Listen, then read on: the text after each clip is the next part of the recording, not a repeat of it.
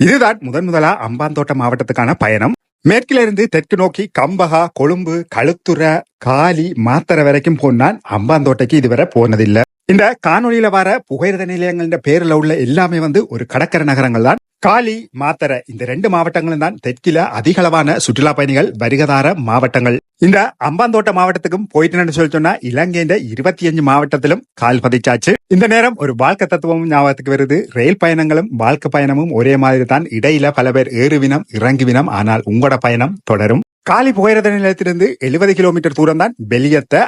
அது வந்து சேர 2.5 மணித்தியாலம் ஆச்சுது. வடக்கில காங்கேசந்துறை, மலையகத்தில பதுளை, தெற்கில வெளியத்த இந்த வழித்தடங்கல்களின் கடைசி புகையிரத நிலையங்கள் இவதான். ஒரு வழியா வெளியத்துல வந்து இறங்கியாச்சு. இறங்கி சுத்தி பார்த்தா ரயில் நிலையமும் புதுசா சுத்தமா இருந்தது. காரணம் 2019ஆம் ஆண்டு தான் கட்டி திறந்து வைக்கப்பட்டதா. இங்க இருந்து தங்கால போறதுதான் திட்டம். வெளியில போய் ஆட்டோ ஒன்றை கேட்டேன். 1500 ரூபா கேட்டார்கள். பஸ்ல 100 ரூபா கொடுத்து தங்காலையில வந்து இறங்கிட்டேன். அம்பாந்தோட்ட மாவட்டத்துல திசமகாராமைக்கு அடுத்த பெரிய நகரம் இந்த தங்கால. அப்படியே சுத்தி திரியக்க கண்ணில பட்டது கோப்பி கடை. அங்க போய் ஒரு கோப்பியை குடிச்சிட்டு இதுல இருந்து 2 கிலோமீட்டர் தூரம் உள்ள அந்த கடற்கரை நோக்கி நடந்து போக துவங்கினேன். ஒரு அழகான அமைதியான கடற்கரை இந்த தங்கால கடற்கரை. அதை நாங்கள் அடுத்த காணொலியில பார்ப்போம்.